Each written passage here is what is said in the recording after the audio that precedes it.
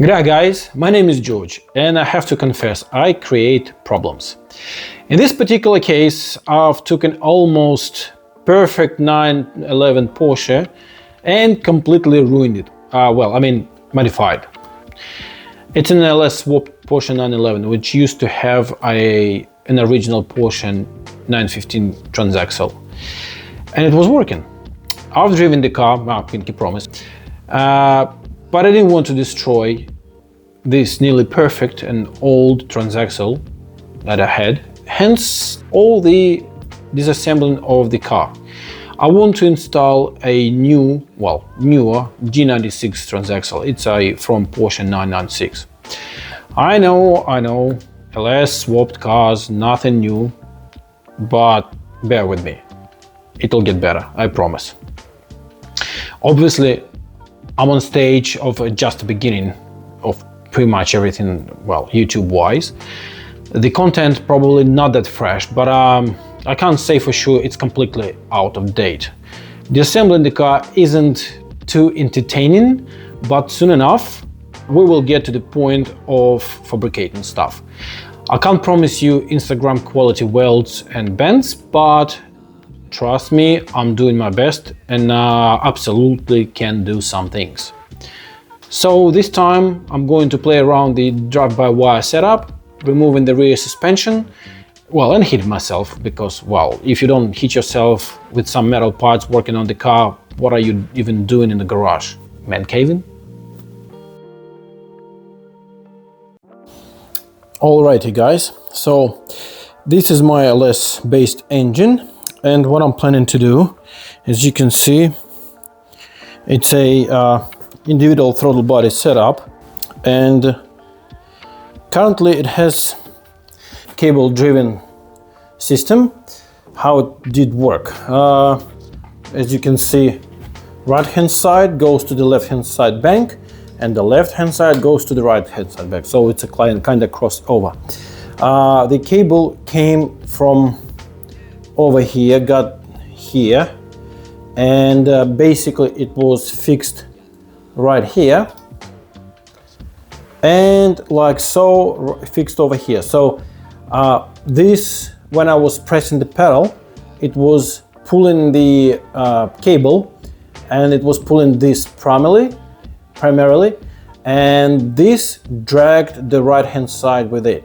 So this left hand side rotates anti-clockwise and right hand side rotates clockwise. I wanted to go onto drive-by-wire because, to start with, I don't have any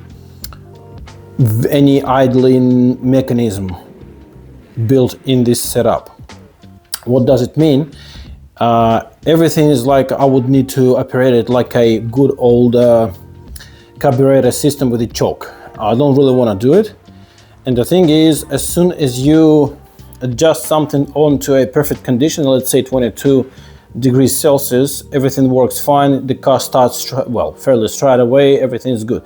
As soon as the temperature goes somewhere, the starting problems might start quite tricky because, it's different amount of air getting into each individual throttle body, and I will need to either close my throttle bodies or open them, depends on the conditions. And that's quite a tricky one because obviously I can't do it all the time with my foot. It's a very sensitive system because every individual throttle body is a 15 millimeters each, which means even slight opening gives me plenty of air. So the first 5 to 10% of operation are the most crucial ones. So my plan was to use a drive-by-wire system, but there are a few buts. Obviously, the actuator for the drive-by-wire is quite expensive setup. What I would need for that, basically the drive-by-wire actuator, which is this, This is an original LS1 or LS2, LS3, whatever LS-based throttle body. But the thing is, I've got not much room around here. Let me explain one thing. This is the front of the engine, but considering it sits other way around, like, well, not upside down, but other way around. So this is the end of the car, this is the back of the car, but this is the front of the engine. So let's just say that's gonna be the front, that's gonna be the back. It doesn't really matter if that's the front of the car. Sorry, if that's the front of the engine. So I was thinking to use this one. Basically, this one is just a cheap Chinese copy of the original body. It should work. I just remove the blade itself. So as you can see, I've put some rotation marks. Like every time, if I choose either side, I know which direction it rotates. So basically, the idea was to use this one, something to put it somewhere like here. Obviously, I would need to make some bracket for it, and this going to open like, well, as you can see, like so. It's a hard one. It opens, but it's quite a tricky one. So this one opens, the shaft rotates this way, and somehow drags these two mechanisms. One of the original setup I've seen for this kind of let's say setup again, it goes, the bracket goes, I will show in the picture, the bracket goes like so, to pulling down rods, one connected over here, one connected over there. So this one rod rotates and pulls, and they're open all together simultaneously. But the thing is, it's again for the cable setup. To use it with the drive-by-wire, I would need to use something like, well, basically like so. So this will rotate, and there's one of these, I don't know what to call them, round things, and the round thing rotates this way or another, and it's going to, because I'll show you in the picture, it rotates this way and pushes the rod over here, and it works like a lever. So, but obviously I don't have enough room over here. So what I might do is to use the back of the engine closer to the front of the car. I've got much more room over here. I've got some room to work around. I've got a few sensors over here. It's basically oil pressure sensor, and yeah, there's another one. It's a crank signal sensor. Basically, I can't work without this one. Obviously, I can get away without this, just relocate it somewhere else, but I don't really want to. But I think I will manage to work around it. So the whole thing from the front of the engine goes here to the back. I'll remove my throttle position sensor, I'll replace it to the front, and I can try to work around here. But again, it's a complicated thing because I will need to do some sort of a bracket to put I will show you on the picture, different one. This one's not gonna work, but I was thinking probably the most cost-effective way is to use this one and to remote mount it somewhere, well, probably inside the car. I don't know exactly where, but probably somewhere around, like on a gearbox, but away from the street basically. And to use it as, let's say, locate it like that, and it rotates. It's going to have a lever over here. It will rotate, or this way, that doesn't really matter. Yeah, it says this way, so it's gonna be like so. So the lever is going to rotate like that. And what I was thinking, with this motion, it will pull the cable going over there at the front. So that's gonna be the most cost-effective setup. I don't see so far the downside of this. One of the guys mentioned that the closing itself might be a little bit slower, but I don't really see that's gonna be a problem. What I mean by that, the motor over here is going to close the throttle blade, release it. Oh yeah, well basically in this case it's going to be closed. Closing it quicker than the springs over here. So the springs over here might be give me a little bit of a slack, which means this thing's going to think that everything's closed. Well, it's not going to, but it could. And while the throttle bodies aren't. But I can adjust it. I can again use this throttle position sensor, so it will say everything, and I don't think it's gonna be big of a problem. And I can use, say, this spring to help them to close the throttle bodies. So that's the plan. We'll see how it goes. But well, if someone's got any ideas about it, please let me know.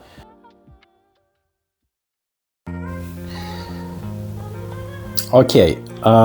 To remove my torsion bars, I need to remove this cap, undo this spring plate, and I will need to remove my rocker covers because torsion bars are quite, well, they will just hit it over here. So that's why there is a cover in the original rockers to do exactly that, to remove the torsion bars.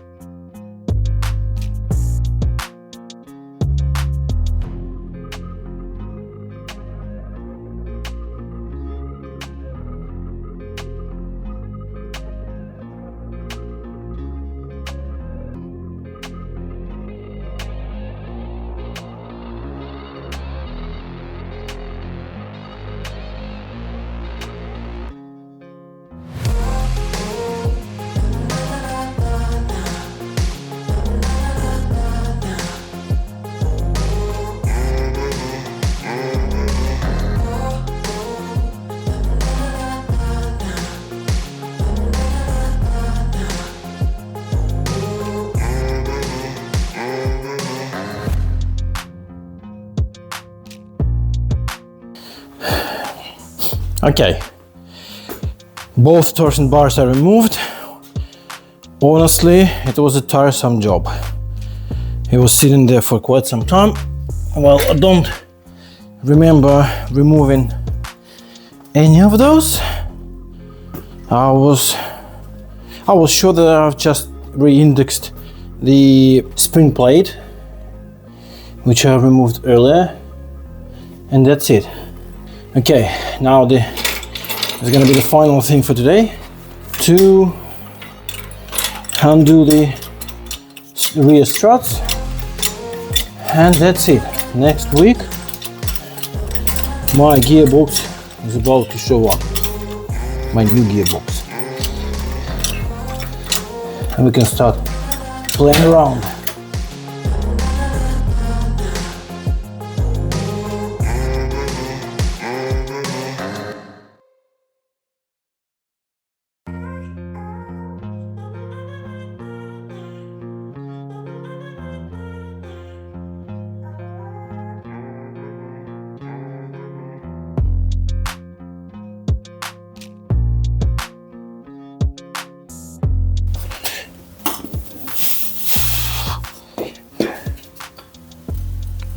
Oh, I think they're done.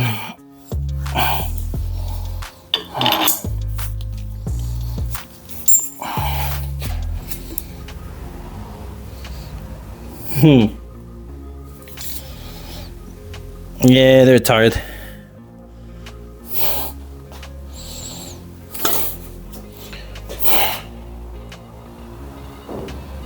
Not much force. So here is my problem with a left side. Let's check the other one.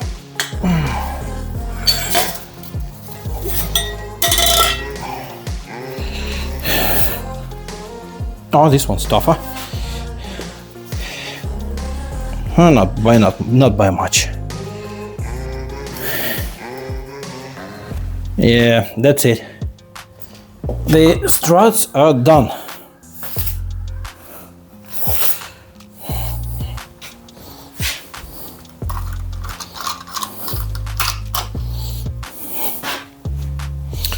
So yeah, now I will have to clean all the mess.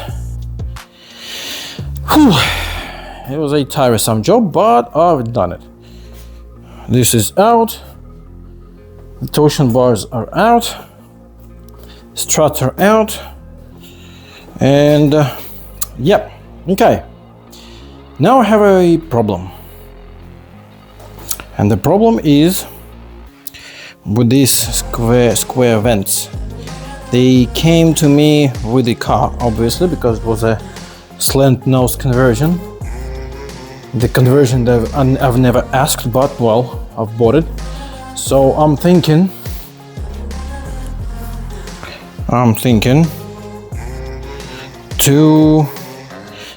to probably get rid of them. I was thinking about to cut out some rear fenders. But the problem is, rear fenders probably come up to here, and I will need to do something about this. I don't know yet, probably I will order some fenders first, and we'll see how it goes. Well, okay guys, that's about it for today, and I've done not everything I wanted to do, but most of the hardest part of my build, well, so far obviously. I've removed the torsion bars, I removed the spring plates, I removed the rear suspension, basically, well, altogether, except for the banana arms, but yeah, remove the rear struts. So please don't forget to share, like, subscribe, comment, do all this stuff. It helps out plenty, and you know, well, this channel might need your help. Yeah, thanks for watching, and I hope I'll see you later.